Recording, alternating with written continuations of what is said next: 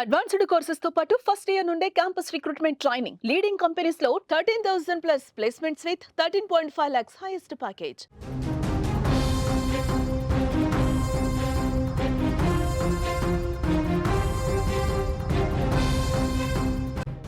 Big breaking news చూస్తున్నాం. BRS MLC Kalvakuntla Kavitha మరోసారి సంచలన కామెంట్స్ చేశారు. బీఆర్ఎస్ పార్టీలో జరుగుతున్న పరిణామాలపై ఘాటు వ్యాఖ్యలు చేశారు ఆమె. తనను కావాలని కొందరు పార్టీలో టార్గెట్ చేస్తున్నారని, పార్టీలో నాకు నీతులు చెప్పే నాయకులు రాష్ట్ర ప్రయోజనాలపై ఎందుకు దృష్టి పెట్టడం లేదంటూ కూడా ఆమె ఘాటుగానే స్పందించారు. కేసీఆర్ కు నోటీసులు వచ్చినప్పుడు బీఆర్ఎస్ ఏం కార్యాచరణ చేపట్టింది అని ఆమె ప్రశ్నించడం కూడా జరిగింది. తను రాసిన లేఖ ఎలా లీక్ అయిందో అడిగితే కొందరు తన మీద సోషల్ మీడియాలో దాడి చేస్తున్నారని, పెయిడ్ ఆర్టిస్టులతో తనపై వ్యక్తిగత దూషణలకు దిగుతున్నారని, తాను ఏం తప్పు చేయలేదని చెప్పారు. మా నాన్నకు లేఖ రాస్తాను, 100 లేఖలు రాస్తాను, అందులో తప్పేముందని అడుగుతున్నారు. మరోపక్క లిక్కర్ కేసు వచ్చినప్పుడు స్వయంగా కేసీఆర్ కు రాజీనామా చేస్తానని చెప్పాను, కానీ అప్పుడు కొందరు రాజీనామా వద్దు అని అడ్డుకున్నారని కవిత అన్నారు.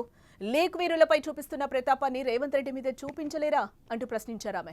దీంతో పాటు పరోక్షంగా కేటీఆర్ ను ఉద్దేశించి కూడా ఆమె మాట్లాడారు. సమస్యలపై ట్విట్టర్లో పోస్టులు పెడితే పార్టీ నడవదు అంటూ విమర్శలు గుప్పించారు. తనపై మీడియాలో తప్పుడు కథనాలు వస్తున్నా పార్టీలో ఎవరూ స్పందించలేదు, అది చాలా బాధ కలిగించిందని అంటున్నారు. అమెరికాలో ఏం సంబరాలు చేస్తున్నారో అర్థం కావడం లేదు.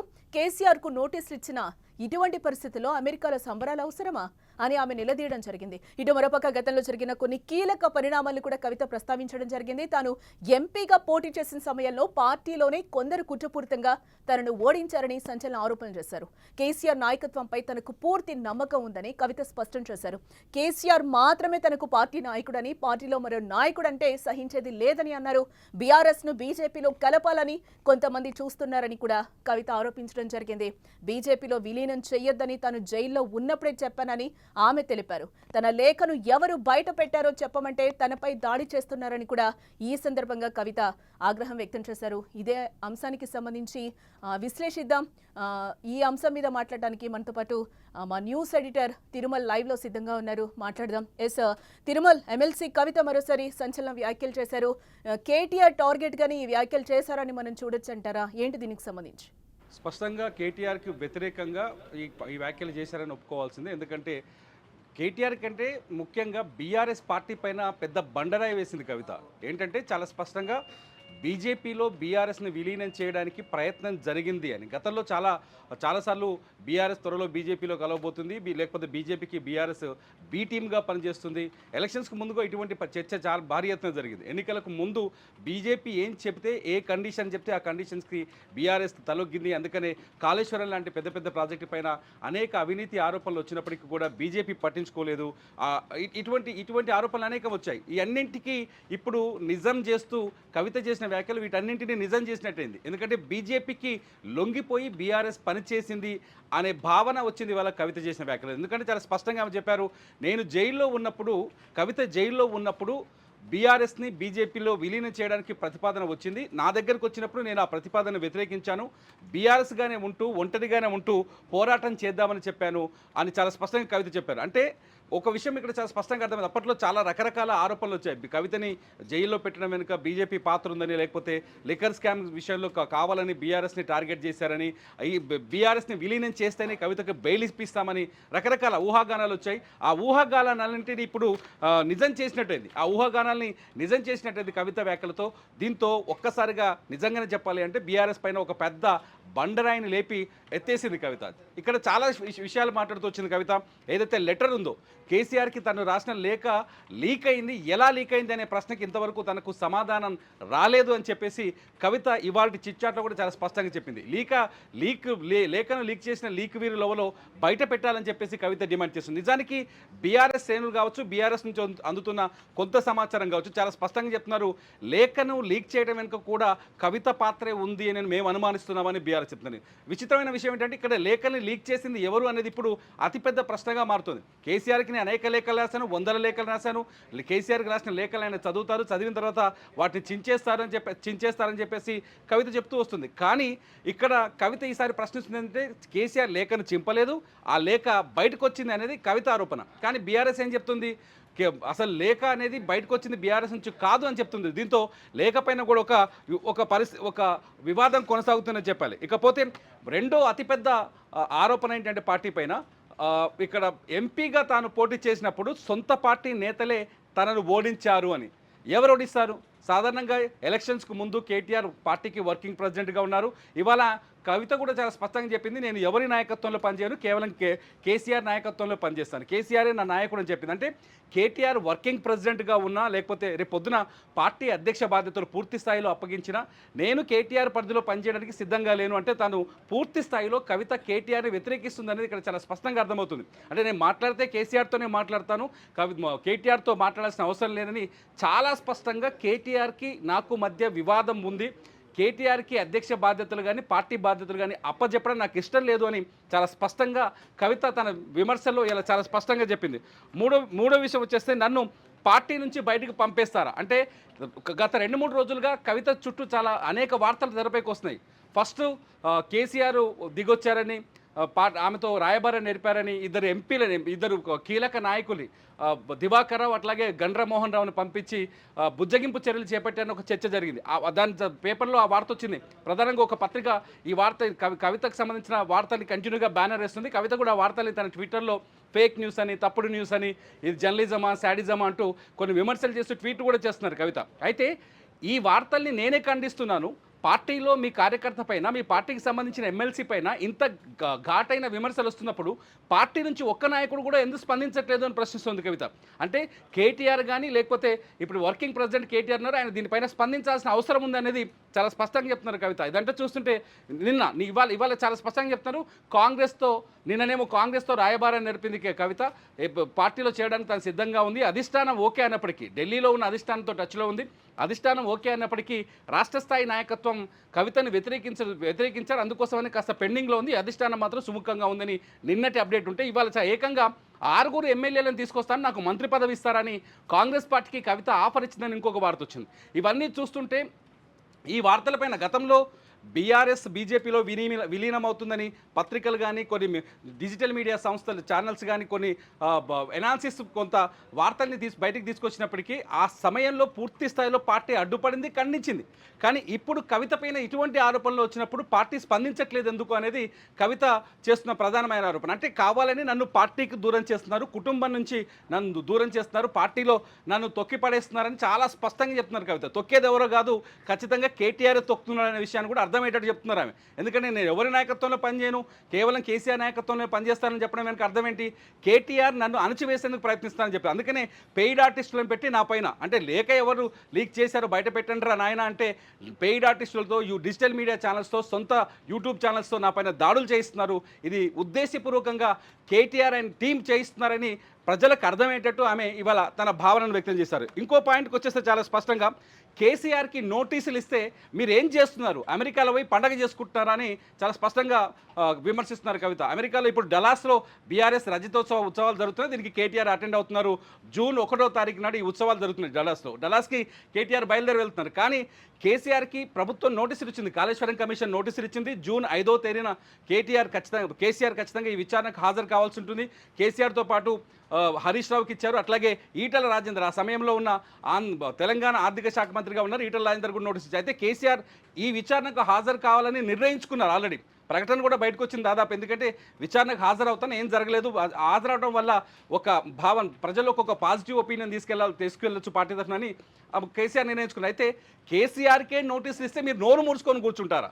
పార్టీ వర్కింగ్ ప్రెసిడెంట్ ఏం చేస్తున్నారు, పార్టీ శ్రేణులు ఏం చేస్తున్నాయి, చిన్న విమర్శ వస్తే ఎదురుదాడి చేయాలి, వాళ్ళు ఆ విమర్శలను తిప్పికొట్టాలి. కానీ నోటీసులు ఇస్తే కూడా సైలెంట్గా ఎందుకుంటున్నారు అంటే కేసీఆర్ని మీరు ముంచే ప్రయత్నం చేస్తున్నారా అనే కోణంలో ఆమె ఇవాళ అంటే కేసీఆర్ రాజకీయ వారసులని నేనుంటే పార్టీని బలంగా ముందుకు తీసుకుపోగలను, నేనుంటే పార్టీ నాయకత్వానికి అనుకూలంగా పనిచేస్తాను, కేసీఆర్ నాయకత్వం పట్ల నాకు పూర్తి విశ్వాసం ఉంది, కానీ మిగతా వాళ్ళకి పదవులే ఇష్టం. ఇంకొక మాట కూడా చెప్పింది చాలా స్పష్టంగా కవిత, నేనే పదవి ఆశించలేదు, అడగలేదు అన్నారు కవిత. అంటే పదవులపైన నాకు ఆశ లేదు అంటూనే నేను అత్యున్నత స్థాయి, పార్టీలో ఉన్న అత్యున్నత స్థాయి పదవి కోసం ఎదురు చూస్తున్నారనే భావనని వ్యక్తం చేశారు. చాలా స్పష్టంగా మొదటి నుంచి కవిత చెప్తున్నారు, పార్టీలో అట్లాగే రేపు పొద్దున ప్రభుత్వం అధికారులు పార్టీ అధికారంలోకి వస్తే ప్రభుత్వంలో నా పొజిషన్ ఏంటో చెప్పాలి అని కేసీఆర్కి మొదటి నుంచి తమ డిమాండ్లు వినిపిస్తున్నట్టుగా తెలుస్తోంది.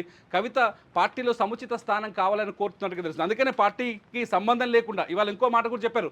తెలంగాణ జాగృతి సంస్థ రాష్ట్ర వ్యాప్తంగా పర్యటనలు చేయడం కానీ తెలంగాణ జాగృతి రాష్ట్ర వ్యాప్తంగా చేస్తున్న కార్యక్రమాలను కానీ అడిగే హక్కు మీకుందా అనే యాంగిల్లో కూడా మాట్లాడారు కవిత. అంటే జాగృతి సంస్థ తెలంగాణ ఉద్యమానికి ముందే పుట్టింది. తెలంగాణ ఉద్యమాన్ని బలోపేతం చేయడం కానీ బీఆర్ఎస్ పార్టీని అప్పటి టీఆర్ఎస్ పార్టీని బలోపేతం చేయడం కానీ జాగృతి చాలా స్పష్టంగా చాలా బలంగా పనిచేసింది. కాబట్టి జాగృతిని ఇప్పుడు ప్రజల్లోకి వెళ్ళే హక్కు జాగృతికి ఉందని చెప్పారు. ఈ మధ్యనే కవిత చాలా స్పష్టంగా కన్వీనర్లను కూడా జాగృతిలో సభ్యులను కూడా జాగృతిలో కూడా ఒక పాలక మండలిని కూడా నిర్మించారు. కొందరు కన్వీనర్లను కూడా ఏర్పాటు చేశారు. సో కవిత చాలా స్పష్టంగా ఉన్నారు. బీఆర్ఎస్ పార్టీలో కేటీఆర్ నాయకత్వాన్ని నేను సమర్థించరు. సింపుల్గా బాటం లైన్ చెప్పాలంటే నాకు కేటీఆర్ నాయకత్వం అక్కర్లేదు. నేను కేటీఆర్ నాయకత్వంలో పనిచేయను. పార్టీలో నాకు నేనే నాయకురాలుగా ఉంటాను. నాకు అవకాశం ఇవ్వండి అని చెప్తాను. తిరుమల్ ఒకటి ఇక్కడ ఏంటంటే కేసీఆరే నాకు నాయకుడు అని చెప్పి కూడా ఆవిడ క్లియర్ గా చెప్పింది. డైరెక్ట్ గానే ఈ రోజు కేటీఆర్ ని ఒక కార్నర్ చేసి మాట్లాడిన పరిస్థితి అయితే కనిపిస్తుంది. ఈ రోజు ఆమె మనసులో ఏమున్నాయో ఆ మాటలన్నీ కూడా మీడియా ముఖంగా ఈ రోజు బయటపడిపోయిన పరిస్థితి కూడా కనిపిస్తుంది. దీంతో పాటుగా ఆవిడ ఒక సంచలన ఆరోపణ కూడా చేశారు. టార్గెట్ చేస్తూ కూడా కేటీఆర్ ని బీజేపీలో కలపాలని చూస్తున్నారు అనే మాట కూడా ఆవిడ మాట్లాడారు. దీన్ని ఎంతవరకు మనం తీసుకోవాలంటారు? మీరేం చెప్తారు? ఇప్పుడు కలపాలని కాదు, బీజేపీలో కలపాలనే ప్రయత్నం గతంలో జరిగిందనే చర్చ జరిగింది. రాజకీయ విశ్లేషకులు కావచ్చు, గతంలో వచ్చిన అనేక కథనాలు కావచ్చు, లేకపోతే బీఆర్ఎస్కి బీజేపీ మధ్య ఉన్న వ్యవహారాల్లో స్పందించిన తీరు కావచ్చు, వీటన్నింటిని చూస్తే గతంలో ఒక మీడియా సంస్థ చాలా స్పష్టంగా చెప్పింది. కవిత జైల్లో ఉన్నప్పుడు కేటీఆర్ కావచ్చు, హరీష్ కావచ్చు ఢిల్లీకి వెళ్ళారు. కవితను పరామర్శించిన తర్వాత అక్కడ బీజేపీ నాయకులతో కేంద్ర ప్రభుత్వ పెద్దలతో సమావేశమయ్యారు. ఈ సమావేశానికి ప్రధాన కారణం బీఆర్ఎస్ని బీజేపీలో విలీనం చేయటమే అని అప్పట్లో కొంత కథనాలు మీడియా కథనాలు కూడా వచ్చాయి. అప్పుడు బీఆర్ఎస్ చాలా తీవ్ర స్థాయిలో ఖండించింది. ఎన్నికలకు ముందు ఇది తీవ్రమైన ఎఫెక్ట్ మాకు అని తీవ్ర స్థాయిలో ఖండించింది. కానీ ఆ ఖండన ఎప్పుడైతే ఈ బీఆర్ఎస్ బీజేపీలో విలీనం అవుతుందనే ప్రచారం జరిగిందో ఆ సీన్నే ఇవాళ రిపీట్ చేసి చెప్పారు కవిత. ఆ టైంలో నేను జైల్లో ఉన్నాను. జైల్లో ఉన్నప్పుడు బీఆర్ఎస్ని బీజేపీలో విలీనం చేయాలనే ప్రతిపాదన వచ్చింది. ప్రతిపాదనను నేను వ్యతిరేకించానని చెప్పారు. ఇదంతా చూస్తుంటే చాలా స్పష్టంగా కవిత చాలా స్పష్టంగా పార్టీ పైన ఒక పెద్ద గుదిబండను తీసుకొచ్చేసింది.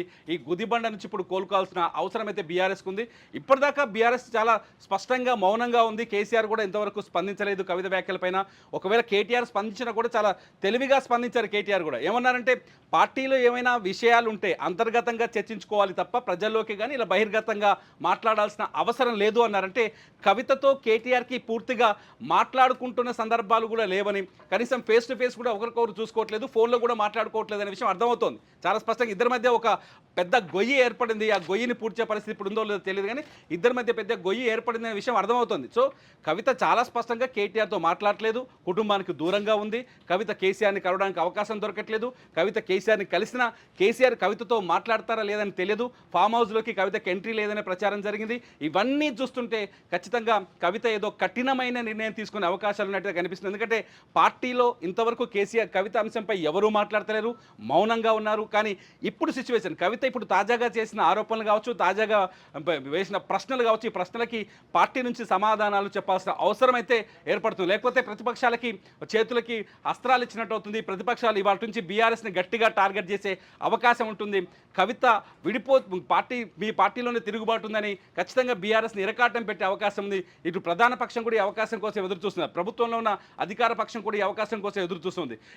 ఇదంతా చూస్తుంటే ఖచ్చితంగా బీఆర్ఎస్లో అయితే ముసలం భారీ ఎత్తుగానే ఉంది. ఈ ముసలం సద్దు మనుగుతుందా? కవితని బుజ్జగిస్తారా? లేకపోతే కవిత ఏదైనా కఠిన నిర్ణయం తీసుకుంటా అనేది తెలిసిపోతుంది. జూన్ 2వ తారీఖు నాడు.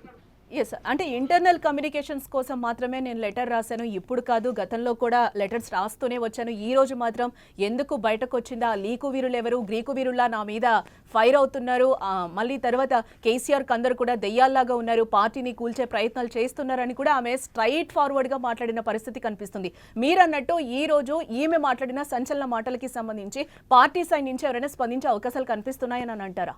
స్పందించాల్సిన అవసరం అయితే ఏర్పడిన దానికి పార్టీ ఎలా స్పందిస్తుంది, బీఆర్ఎస్ ఎలా స్పందిస్తుందని ఇప్పుడు అతిపెద్ద క్వశ్చన్గా మారింది, $1 మిలియన్ ప్రశ్నగా మారింది. మొత్తానికైతే కవిత ఒకటి కవిత స్ట్రాంగ్ డెసిషన్ తీసుకోబోతున్నారు. ఆ స్ట్రాంగ్ డెసిషన్ ఎలా ఉంటుంది? కాంగ్రెస్‌లో చేరతారా? లేకపోతే బీజేపీలో చేరతారా? ఈ 2 పార్టీలు అయితే ప్రస్తుతానికి ఆమె విమర్శిస్తున్నారు. లేకపోతే కొత్త పార్టీ పెడతారు. కొత్త పార్టీ చేరే పెడతారా? పరిస్థితి ఎందుకంటే కాంగ్రెస్ లో చేరే పరిస్థితి వస్తే కనుక రేవంత్ రెడ్డి మీద నీళ్ల కోసం కానీ ఇంకా దేనికోసమైనా కూడా ఇక్కడ నా మీద విమర్శలు చేసే బదులు నా మీద గ్రీకు వీరుల మీద పడే బదులు రేవంత్ రెడ్డిని క్వశ్చన్ చేయొచ్చు కదా అని కూడా ఆమె మాటలు మాట్లాడిన పరిస్థితి కనిపిస్తుంది కదా మీడియా ఎదుట. చూడాలి జానకి, ఎందుకంటే కవిత ఏ డెసిషన్ తీసుకుంటుంది, పార్టీ ఎలా స్పందిస్తుంది అనేది ఇప్పుడు చాలా ఇంపార్టెంట్ థింగ్. చూద్దాం కవిత ఎలా స్పందిస్తుందో. ఆమె ఇంకా అంటే బీఆర్ఎస్ పార్టీ స్పందించిన దాన్ని బట్టి ఆ తర్వాత తెలుస్తుంది. కవిత అయితే మొత్తానికి ఏదో బయట ప్రచారం జరుగుతుంది. జూన్ 2వ తారీఖున కవిత తన పార్టీ పేరును ప్రకటిస్తారు. దానికి ముందే ఈ పరిణామాలను చూస్తుంటే అటువంటి సిచ్యువేషన్ ఉందా లేదా కూడా కొంత ఆశ్చర్యంగా ఆసక్తికరంగా కనిపిస్తుంది. చూడాలి, బీఆర్ఎస్లో ఇటువంటి పరిస్థితి వస్తుందని ఎవరు అంచనా వేయలేదు. ఎందుకంటే ఒక క్రమశిక్షణ కలిగిన పార్టీ, కేసీఆర్ నిర్ణయం, కేసీఆర్ మాట దాటి ఎవరు బయటికి రారు. ఏకంగా కేసీఆర్ కూతురే ఇవాళ కేసీఆర్ మాటని గీతని దాటి బయటికి రావడంతో పెద్ద దేశవ్యాప్తంగా కూడా ఈ చర్చ బలపడుతుంది. చూడాలి కవిత ఎటువంటి డెసిషన్ తీసుకుంటుందో. Right Tirumala, thanks for the update. Yes, మనం చూస్తున్నాం మొత్తంగా సపరేట్గా కవిత పార్టీ పెట్టబోతున్నారా, బీఆర్ఎస్తో తెగదెంపులు చేసుకోబోతున్నారా ఏమో తెలీదు. చూడాల్సిన అవసరం ఎంతైనా ఉంది.